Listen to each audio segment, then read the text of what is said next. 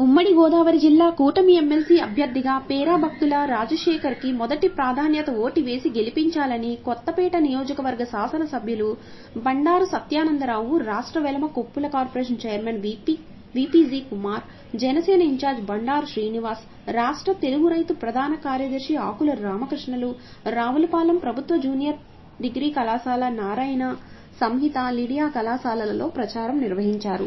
అనంతరం రావులపాలెం క్యాంప్ ఆఫీసులో ఏర్పాటు చేసిన మీడియా సమావేశంలో ఎమ్మెల్యే మాట్లాడుతూ యువతకు భరోసా ఇవ్వటంలో కూటమి ప్రభుత్వం ముందుంటుందని, పట్టభద్రులంతా కలిసి పేరాబత్తుల రాజశేఖర్ ను అత్యధిక మెజార్టీతో గెలిపించాలని ఆయన కోరారు.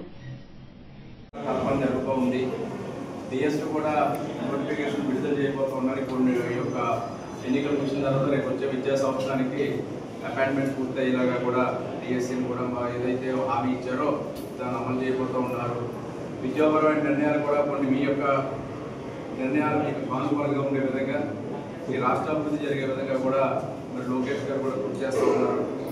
అదేవిధంగా నాకు చంద్రబాబు నాయుడు గారు, పవన్ కళ్యాణ్ గారు, మోడీ గారి యొక్క సహాయ సహకారాలతో ఈ రాష్ట్ర అభివృద్ధికి మరి గత ప్రభుత్వం యొక్క దుష్ఫలితాలు ప్రకటించుకుని గాడిలో పెట్టడానికి జరిగే ప్రయత్నంలో కొంత ఆలస్యమైన అనుకున్న లక్ష్యాలన్నీ నెరవేరుతాయి.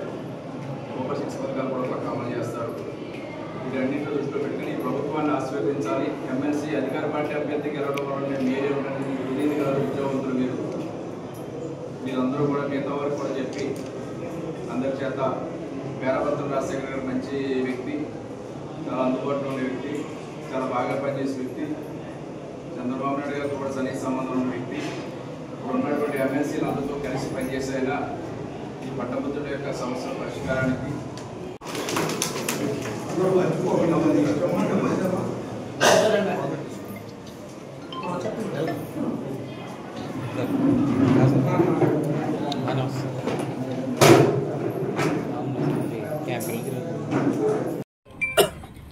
అందరికీ నమస్కారం అండి.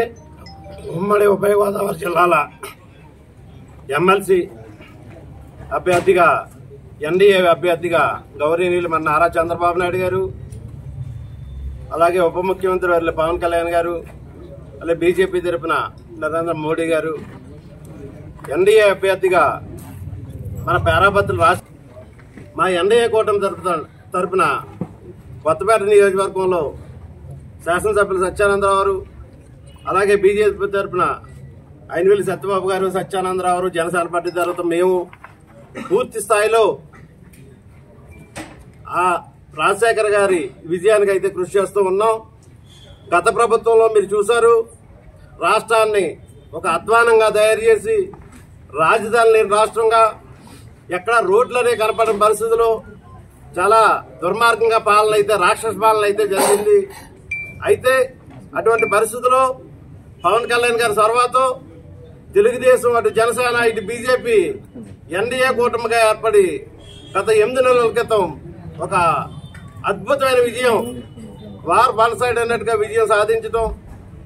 అయితే రాష్ట్రం అయితే ఆర్థికంగా పూర్తి స్థాయిగా దెబ్బతినేసి ఈ రాక్షస వల్ల పాడైపోయిన పరిస్థితులు ఈరోజు అనుభవజ్ఞులు గౌరవనీయులు నారా చంద్రబాబు నాయుడు గారి ఆధ్వర్యంలో పవన్ కళ్యాణ్ గారు అందరూ కూడా ఒక గాడిలో పెట్టుకుంటూ రోడ్స్ కానీ, అదేవిధంగా ఈరోజు రాజధాని లేని రాష్ట్రాన్ని అమరావతిని కూడా అభివృద్ధి చేసుకుంటూ, అలాగే విశాఖ స్టీల్ ప్లాంట్, అలాగే పోలవరం ప్రాజెక్టు అన్ని ఒక లైన్ లో పెట్టుకుంటూ, గాడిలో పెట్టుకుంటూ ముందుకెళ్తూ ఉన్నారు.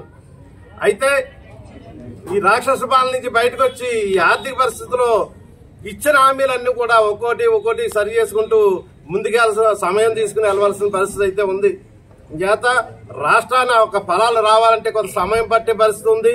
విద్యావంతులు, విద్యులు, గ్రాడ్యుయేట్స్ అందరూ కూడా ఈరోజు ఈ ప్రభుత్వానికి, ఈ ఎన్డీఏ కూటమి ప్రభుత్వానికి పూర్తిగా మద్దతు ప్రకటించి మేమంతా మీ వెనకాల ఉన్నాం, మీతోటే ప్రయాణం చేస్తున్నాం అనే విధంగా మన ఎమ్మెల్సీ అభ్యర్థి పేరాబత్తుల రాజశేఖర్ గారిని అత్యధిక మెజార్టీతో గెలిపించే విధంగా మీరందరూ కూడా 1వ నెంబర్ గుర్తు మొదటి ప్రాధాన్యత అంటున్నారు. మొదటి ప్రాధాన్యత 1వ నెంబర్ అయింది. ఆ 1వ నెంబర్కే వేసి మీరందరూ సహకరించి మేమంతా మీ అంటాం, అండగా ఉంటాం అని చెప్పి మద్దతు తెలియజేయాల్సిందిగా విద్యావంతులందరినీ కోరుతూ ఉన్నాం. అదేవిధంగా మరి పట్టభద్రులకు అండగా పేరబత్తుల రాజశేఖర్ గారు ఉంటారు. నిరుద్యోగుల వెతలు తీర్చేది ఎన్డీఏ కూటమి ప్రభుత్వమే. అందులో ఏ విధమైన గత 5 ఏళ్లలో చూసాం, ఉన్న పరిశ్రమలు పారిపోయాయి, ఎక్కడ ఉద్యోగం లేదు, అప్పులు మాత్రం మిగిలాయి. ప్రతి ఒక్కరిని ఎత్తున లక్షల కోట్ల అప్పులు మాత్రం మన ఎత్తి మీద పడ్డాయి. యువత భవిత ఈనాడు కూటమిదే.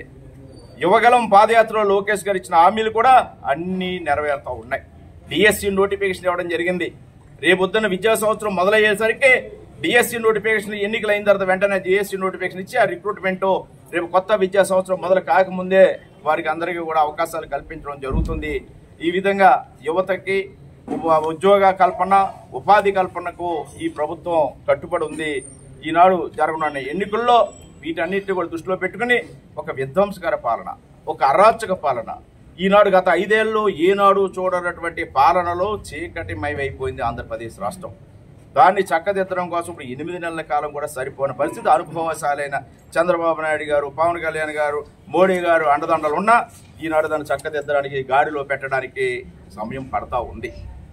ఎవరు ఊహించినటువంటి విపత్తు జరిగింది 5 ఏళ్ల కాలంలో. ఒక వైసీపీ పాలన అనేదే ఒక ఘోర విపత్తు. దాన్ని చక్కదిద్దుకుని ముందుకెళ్ళడం కోసం ఇస్తున్న అడుగుల్లో అన్ని చక్కదిద్దు ముందు ఈ ప్రభుత్వం ముందుకెళ్తా ఉంది. తప్పనిసరిగా అనుకున్న లక్ష్యాలన్నీ సాధిస్తుంది. ఒక మంచి పరిపాలన అందిస్తుంది. విద్యావంతులు కోరుకునే విధమైన పరిపాలన అందిస్తుంది. దాన్ని దృష్టిలో పెట్టుకుని పారిశ్రామిక ప్రగతి ద్వారానే రేపొద్దున్న యువతకు ఉపాధి కల్పన జరుగుతుందని నమ్మి ఈ ప్రభుత్వం పారిశ్రామిక ప్రగతి కోసం నియోజకవర్గాన్ని కూడా ఒక యూనిట్గా చూసుకుని టూరిజం కానీ, ఇండస్ట్రియలైజేషన్ కానీ అలా రకరకాలైనటువంటి ఉపాధి అవకాశాలు మెరుగుపరిచే కార్యక్రమాలు శ్రీకారం చుట్టింది. అన్నప్రాసం నాడే ఆవకాయలాగా అన్ని ఒకసారి జరగవు. ప్రయత్నం మొదలెట్టి కార్యక్రమాలు చేసుకుంటూ ముందుకెళ్తూ ఉంటే కొద్ది కాలానికి అవన్నీ సత్ఫలితాలు ఇస్తాయి. రాబోయే కాలంలో అవన్నీ కూడా ఆ ఫలాలు ప్రజలకు అందుతాయి. రాష్ట్ర అభివృద్ధిలో పరుగులు పెడుతుంది, ముందుకెళ్తుంది అంటూ తెలియజేసుకుంటూ ఈ సందర్భంగా కూటమి తరపున మేమందరం కూడా విద్యావంతులైనటువంటి పట్టభద్ర ఓటర్లందరినీ కూడా అభ్యర్థిస్తూ ఉన్నాం. ఎన్డీఏ కూటమి తరపున తెలుగుదేశం, జనసేన, బీజేపీ తరఫున కోరుతూ ఉన్నాం. అందరూ కూడా యొక్క పేరాబత్తుల రాజశేఖర్ గారిని మీ అమూల్యమైన ఓటును, మొదటి ప్రాధాన్యత ఓటును బ్యాలెట్ పేపర్లో 1వ సీరియల్గా ఉన్న వారి పేరాబత్తుల రాజశేఖర్ గారి పేరు తిన్నంగా 1 అంకె వేసి గెలిపించవలసిందిగా మిమ్మల్ని అందరినీ కూడా కోరి ప్రార్థిస్తూ ఉన్నాం.